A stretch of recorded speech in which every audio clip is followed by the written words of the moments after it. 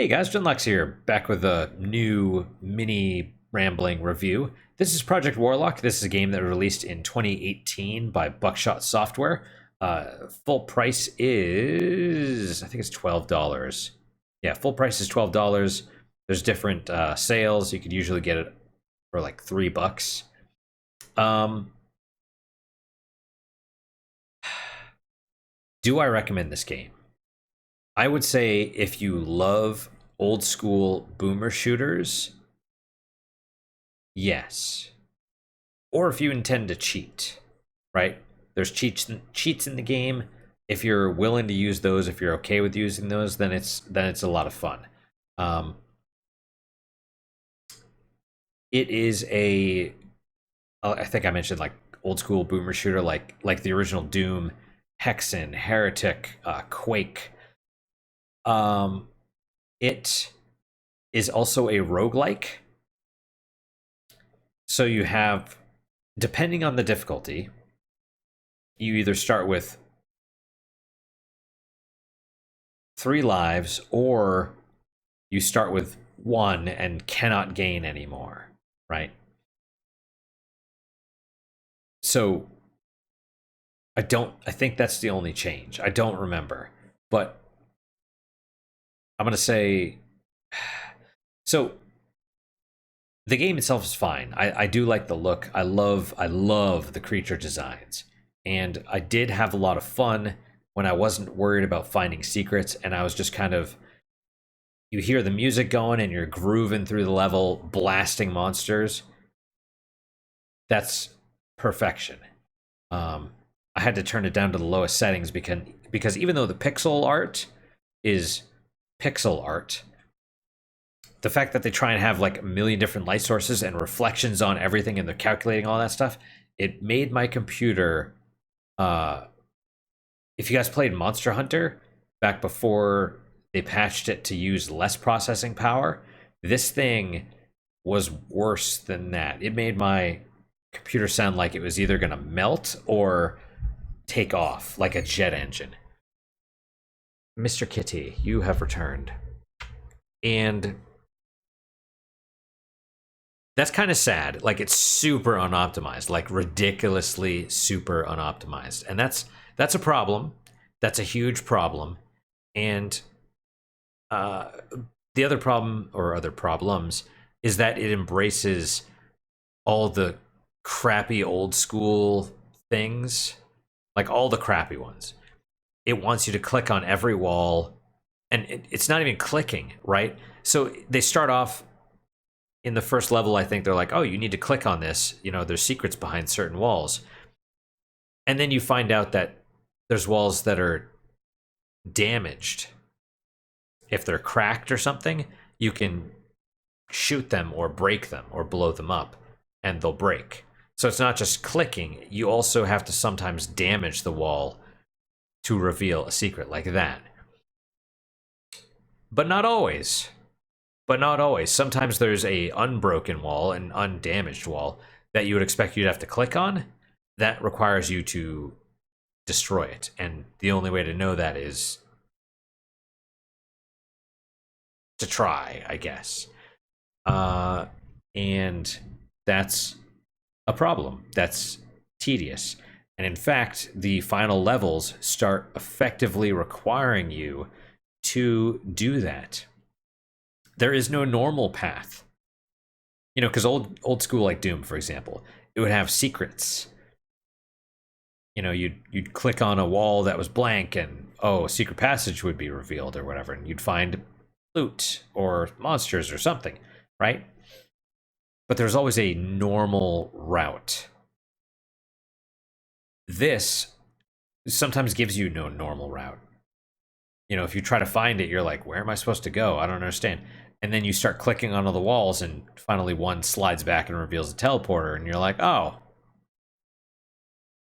okay. Yeah. So, right. It also, the final boss is complete BS, and you end up having to he has 5 phases, and you end up having to kite the first couple, and maybe use your melee weapon to get. Otherwise, you'll maybe run out of ammo on the last ones, and then you still might run out of ammo because the last one just has so much health. He has so much health. I was like, I have to be doing something wrong. I have to look up. What I'm doing wrong, and people are like, "Oh no, you use this weapon that you only get like it's the BFG basically. You only get like 10 shots or something." And oh, he's weak to that one. How much damage does it do? It's like 5% of his health. You know, so you hit him with the basically all your ammo, and you do maybe half his health, maybe 3/4. I don't remember. I just remember it being complete BS, and I was like, no. Also, monster closets where you teleport in somewhere and it's basically instant death. And can you imagine trying to do it on one of the harder difficulties that doesn't let you gain lives, and so you die and then have to restart the entire game because it deletes your save file? Yeah, that's why I'm like, F it, I'm cheating. I don't care. And when I did, it was amazing, right? The minute I basically stopped caring about clicking on every wall, I also used a guide. I'm like, where are all the secrets? Because you have to. At the beginning, the difficulty is not so bad. You're like, oh, I don't need the secrets, it's fine. At the end, it's like an exponential difficulty curve. So if you haven't found every single secret, you are going to be underpowered at the end. And even then, you're still underpowered. I mean, there's upgrades. You know, you get a certain number. I think it was like stars that you find that you can use. You use stars to either upgrade your weapons or purchase magic spells, but you don't have enough for everything.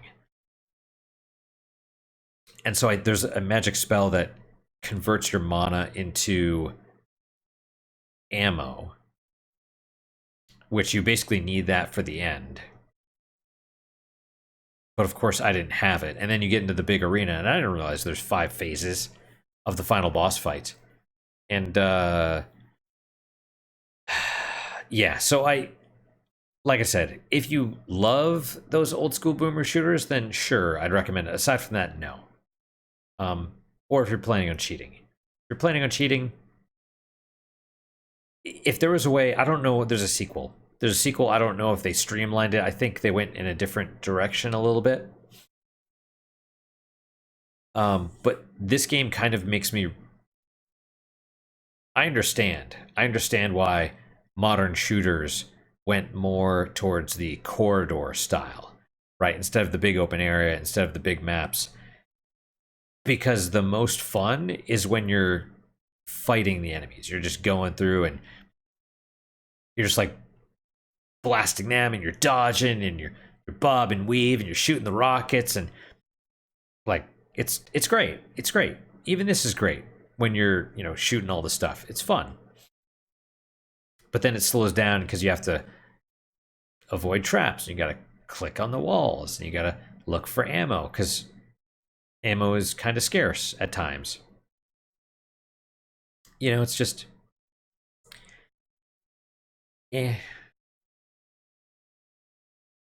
But that's it, I guess. Creature design, fantastic. I wanted to see more of that. That was by far the best part of the game.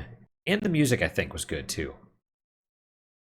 That is it, though. That's it for today. Thank you guys so much for your time and attention. Really do appreciate it. Really hope you guys are enjoying these episodes.